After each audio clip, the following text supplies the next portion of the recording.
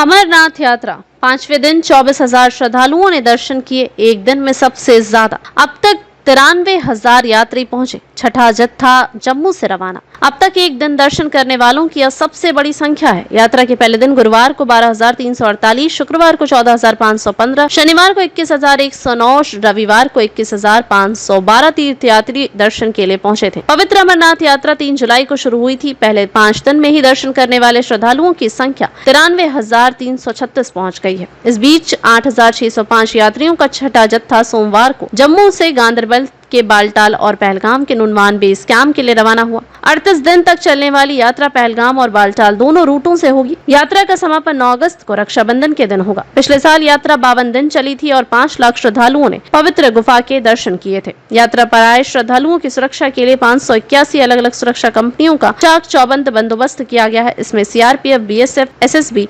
आईबीटीपी और सीआईएसएफ समेत सुरक्षा बलों के जवान तैनात किए गए हैं। बालटाल से लेकर गुफा तक के मार्ग पर हर 2 किलोमीटर पर मेडिकल कैंप लगाए हैं। बीच में कई जगहों पर गोदाम भी चालू कर दिए गए हैं। इस साल गुफा की ओर जाने वाले रास्ते पर 4 स्टैंड बनाए गए हैं, जबकि पैदल, घोड़े, घर और पालकी में जाने वाले श्रद्धालुओं के रास्ते भी अलग अलग बनाए गए हैं। श्रद्धालुओं की सुरक्षा के लिए हर 50 मीटर पर एक जवान तैनात है। मुंबई से आए तीर्थयात्री प्रसाद ठाकुर ने कहा कि जिनका रजिस्ट्रेशन नहीं था उनका भी बहुत जल्दी रजिस्ट्रेशन हो गया। आज 70 से 80 हजार तीर्थयात्रियों ने दर्शन किए होंगे। भंडारे में खाने का इंतजाम है। शौचालय से लेकर रहने तक की सारी व्यवस्था बढ़िया है। यदि आप अमरनाथ सिर्फ धार्मिक यात्रा के रूप में आ रहे हैं तो बालटाल रूट बेहतर है। यदि कश्मीर के प्राकृतिक सौंदर्य के करीब से जीना चाहते हैं तो पहलगाम रूट बेहतर है।